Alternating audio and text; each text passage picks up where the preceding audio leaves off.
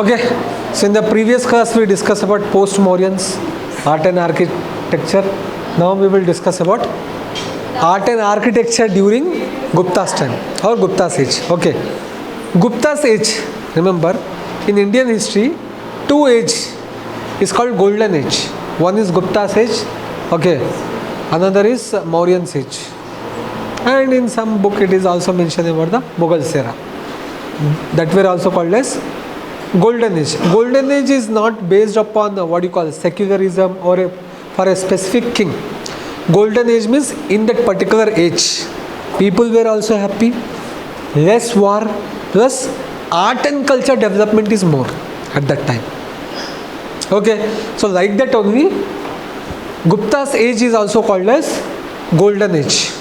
Okay, and during Gupta's age, lot of Sanskrit literature will develop.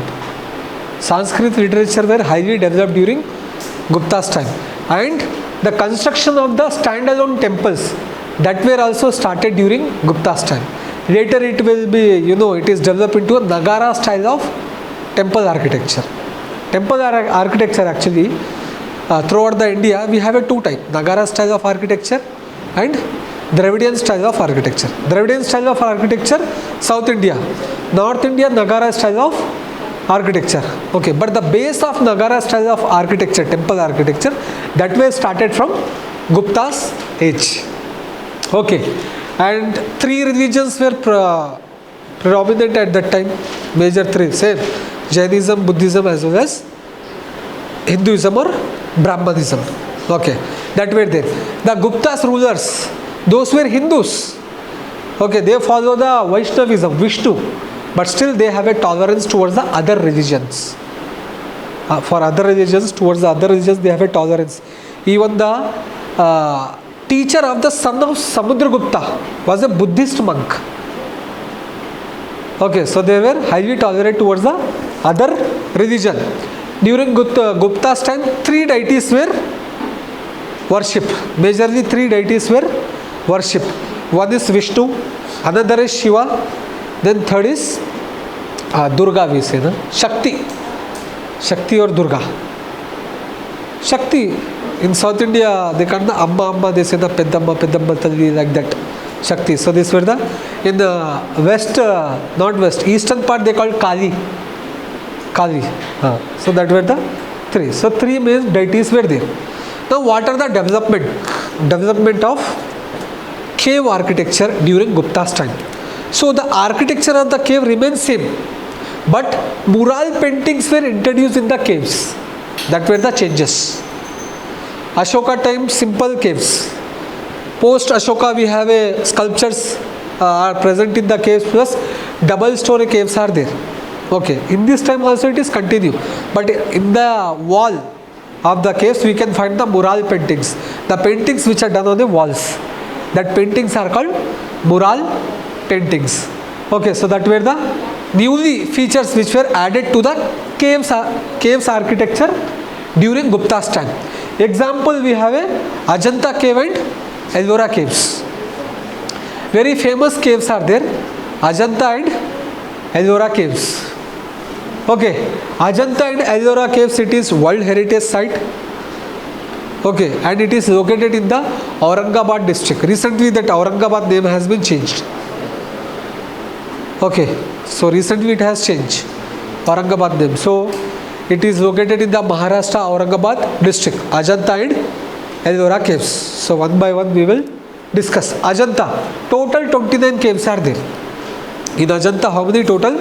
29 caves are there. Out of 29, 25 were viharas, monasteries, or resident of the monks. 25 are viharas, and 4 are were chaityas or prayer purpose, prayer hall. That were there. Okay, and what do you call? These caves were developed. These caves were developed during the Vakataka king Harisena. Vakataka king Harisena. Okay, that were there, and the figures which are there in the Ajanta caves, paintings are there, as I mentioned earlier. New feature which were added in the Gupta's time in the caves architecture is mural paintings, and the technique which they have used for mural painting is a Fresco technique. Fresco technique, what is that fresco technique? Normally if you have seen wall paintings, first background color or one color they will put. Let the color dry. Then they will put another color. Like that it is there. But in fresco style of painting, okay, on a wet plaster of coating only, they will paint the colors. They won't wait that plaster to dry. Okay, so that the pigments are there, right? It can reach to the bottom of the plaster. And painting can sustain for a long time. Obviously, more than 1500, still those paintings are good. So, fresco style of paintings or fresco technique were used. Okay, naturalism. Chemicals hardly they used. They use local vegetations and minerals. Okay, from vegetables they extracted the color and they have used. Okay, that is there. Outlines of the paintings are there. That is done in the red color. First outlines red color. Then inside that they started painting. That was the thing. And many colors are there in that Ajanta paintings. But one color is missing, that is blue color. Blue color was totally absent. Cave number 16. Okay, very popular. In UPSC also they ask. Cave number 16. In that cave number 16 there is a painting of dying princess. This you can check. Princess, she is dying. Okay, so this painting is located in the cave number 16 of Ajanta. Okay.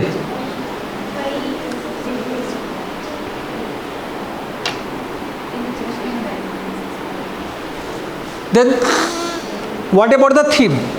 The theme of these paintings are in and around the Buddhism. Buddha and Jataka stories. Buddha, life of the Buddha as well as the Jataka stories. That is the theme of these paintings. Mural paintings which is located in the Ajanta caves. Total 29 caves are there. 5 caves were developed during Hinayana phase. There are 2 sects in Buddhism, right? Hinayana and Mahayana. Right. So, out of 29, 5 were developed during Hinayana and 24 were developed during Mahayana phase of Buddhism.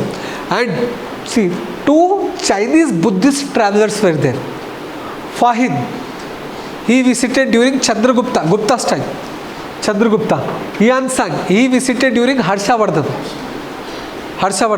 So these are the 2 Chinese Buddhist travelers. They came to India, they read the Buddhism, okay, and they have written the book about India, about the social life of India, political life of India. In that book, they also mention about the Ajanta caves. Okay, so the reference of Ajanta caves you can find in the books of Fahin as well as the Vatsang. Apart from paintings, sculptures were also there in the Ajanta caves. Okay, cave number 26, there is a sculpture of Buddha, Mahaparinirvana. Mahaparinirvana means death of Buddha. Okay, then cave number 19, that is Naga King and his consort. I will show you once. See, cave number 26, Buddha, it is in a Mahaparinirvana position. Okay, means last time of Buddha. Okay, then here you can say Naga King and his consort. So sculptures were also found in the Ajanta cave apart from paintings. Okay, then next, Ellora caves. Ellora caves are also located in Aurangabad district, Maharashtra. Ellora, it is having total 34 caves. How many caves? 34 caves. These caves are belongs to all 3 major religions of that time. So these caves belongs to Buddhism, Jainism as well as the Hinduism. But remember, Ajanta belongs to Buddhism. Ellora belongs to all 3 major religions of that time. Out of 34, 17 belongs to Hinduism, 12 belongs to Buddhism and 5 belongs to Jainism. Which caves? Ellora caves. These caves were developed between 5th century to 11th century AD. Actually, these caves are younger caves compared to the Ajanta. Ajanta are older caves. Ajanta caves are older caves, and these are the younger compared to Ajanta, not compared to us. Okay, and here in Ajanta cave, Ellora caves, we can see there is a lot of diversity in the paintings as well as the sculptures. Why there is a diversity? Because those artists are there, right? Artisans. The artisans who made paintings and sculptures in Ellora caves, those were from the different part of the country. Vidarbha region, Madhya Pradesh and Maharashtra. They were from Vidarbha, Karnataka and Tamil Nadu. So when artists came from that place, okay, if they have given stone and if we tell them to create any idol, they'll create the idol with the influence of that region only. Okay, so that is the reason why these caves are having diversity. Diverse cave, not diversity, diverse cave because of this thing. Then next,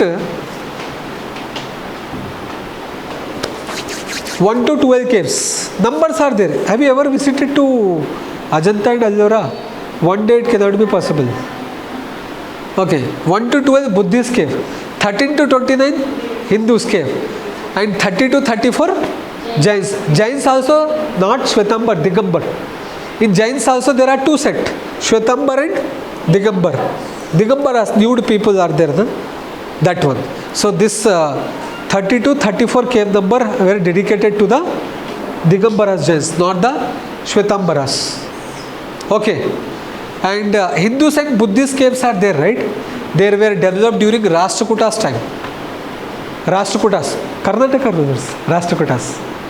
And Jains cave were developed during Yadavas, Karnataka, North Karnataka rulers.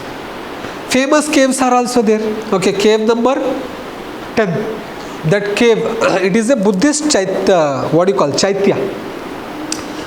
Prayer hall. This cave is also known as Vishwakarma caves. Vishwakarma is a god, in Hinduism, god of architecture. Vishwakarma. Okay, so that is there. And in this cave, Buddha is seated in the Dharma Chakra Mudra. Okay, with Bodhi tree carved at his back. Back Bodhi tree is there, front he is sitting with the Dharma Chakra Mudra. Cave number 14, Ravan ki Khai. Cave number 15, Dashavatar temple.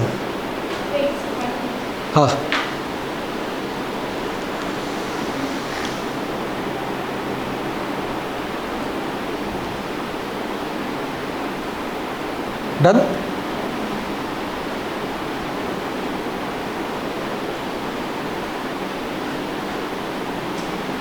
Check.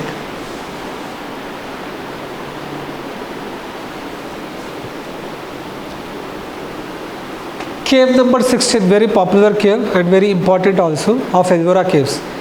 Cave number 16, it is dedicated to the Kailashnath temple. Okay. And Kailashnath temple, it is dedicated to the Lord Shiva. So that Kailashnath temple was there. The temple, Kailashnath temple was constructed at the time of Rashtrakuta King Krishna I. Okay, this temple is very, very important, especially the architectural point of view. Okay, cave number 16, Kailash temple is present. That Kailash temple were developed at the time of, during the time of Krishna I, who was Rashtrakuta king. Okay, so that is there. And this temple is there, the Kailashnath temple. It is built on the monolith rock. That temple is built on a monolith rock, and it is having a courtyard also. Generally, courtyard, open place. Generally, any structure they build from bottom to top. Bottom to top. But this temple is there, right? This temple is built from top to bottom. Top to bottom. Artisans are there, right? They just went to the top of the rock, on monolith rock. From there they started, digging, inscribing the temple in that way. So that is the uniqueness of this temple, Kailashnath temple. We will discuss separately. Okay. So that is there. In Kailashnath temple, there is also a sculpture of Ravana. who is trying to lift the Mount Kailash. And one Durga temple is also there, who is slaying the buffalo demon. You have seen the Durga idol? She is saying that buffalo demon. That sculpture is there in that Kailash Nath temple. Okay, which is located in cave number 16. Cave number 29, Dhumar Lena cave. Cave number 21, Rameshwar Lena. Two Jains caves are there. Cave number 32 and 33. Indra Sabha and Jagannath Sabha. Indra Sabha and Jagannath Sabha. Okay, that is the table, this one, cave name of Jainism. Famous caves these are. Indra Sabha and Jagannath Sabha.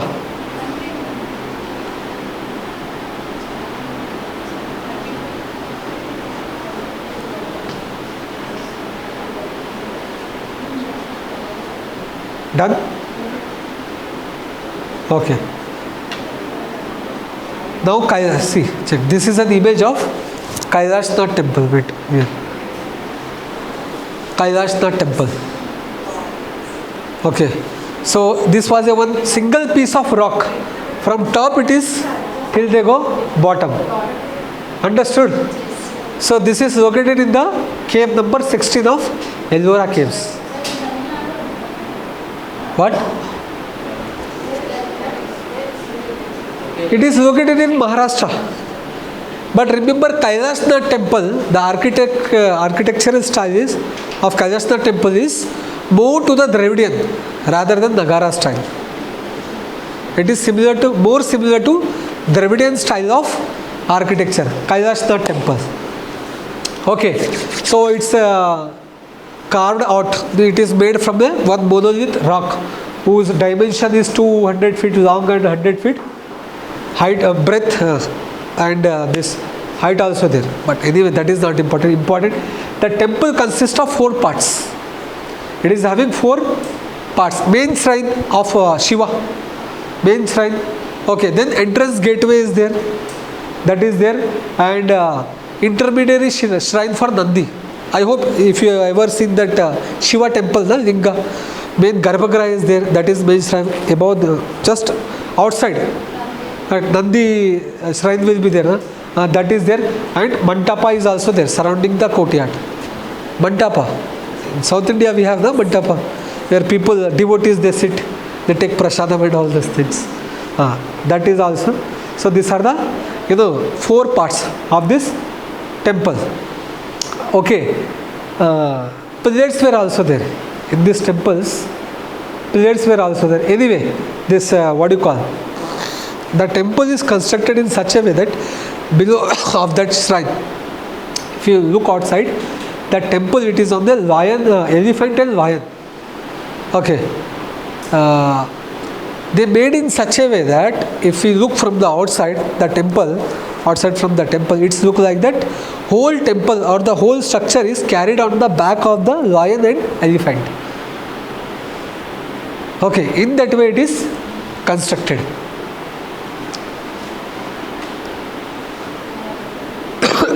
It has 3-tier shikhara.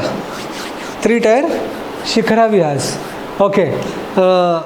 Mahabalipuram, we will discuss that. There they have a Vimana style like this, then like this, then like this. So 3-tier shikharas are there in that temple. Okay, that we can find. And that interior of the temple, there are pillars are there.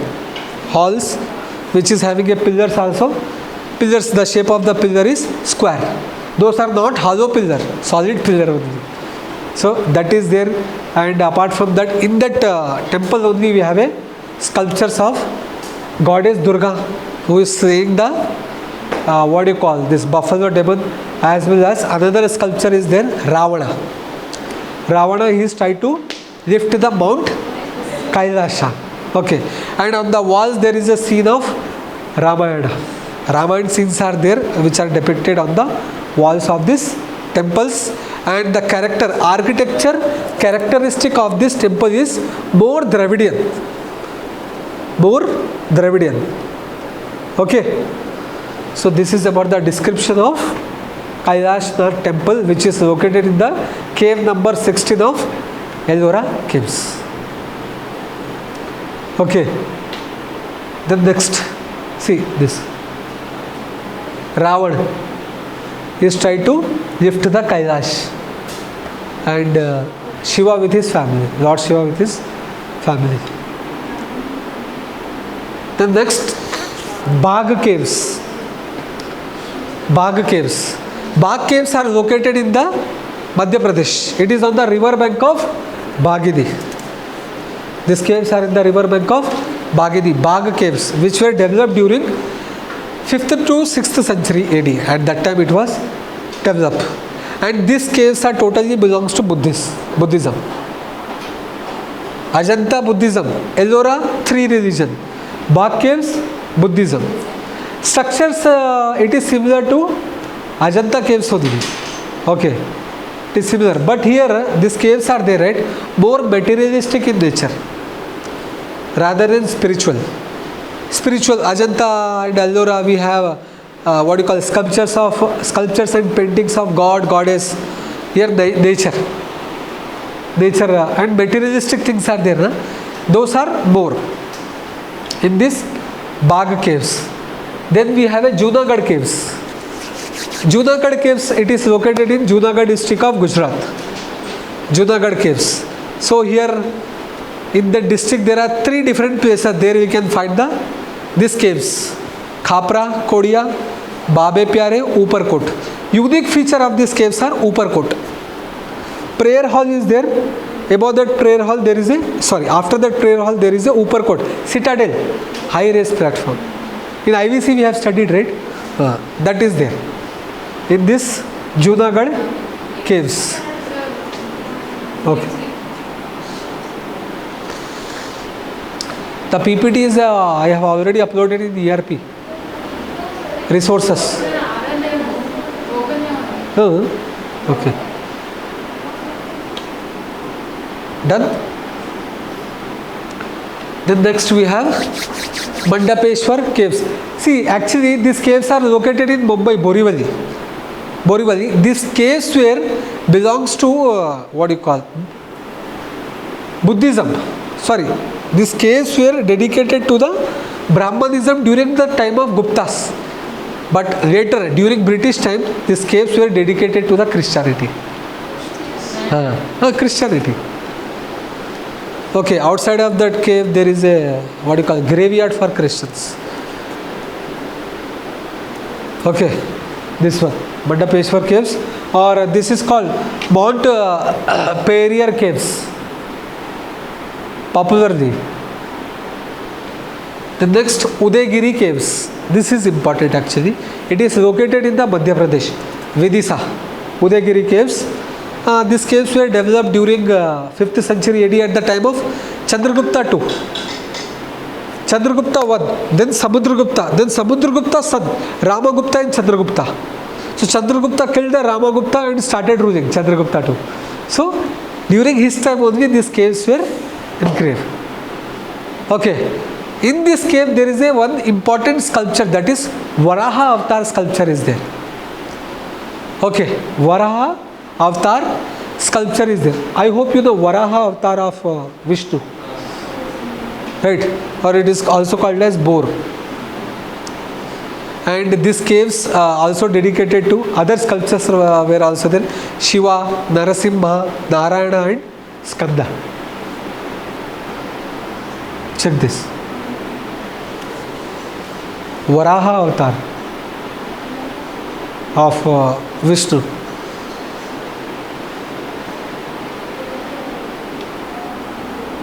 Done.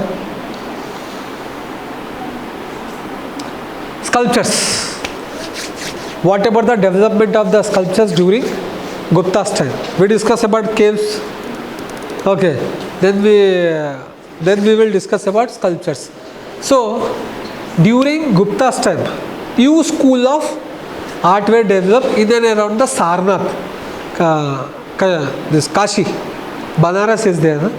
There in and around that area, Sarnath is there.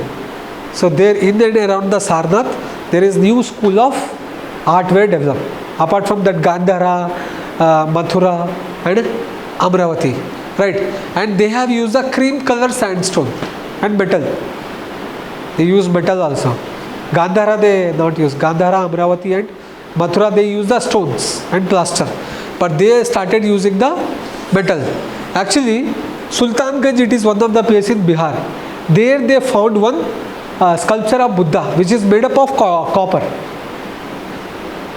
Okay, so that's why they made a conclusion that metals were also used. And in this school, okay, nudity is very less. Sculptures are properly dressed. Sculptures are properly dressed. Okay, that is there. And even the hollows were also highly decorated. Hollow around the Buddha were there, right? That is also highly decorated. See, check. Sultanganj Buddha.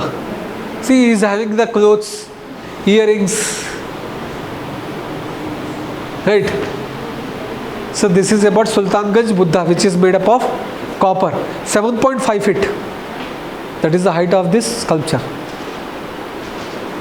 Okay. Huh? So this is about the development of sculptures during Gupta's time. Okay.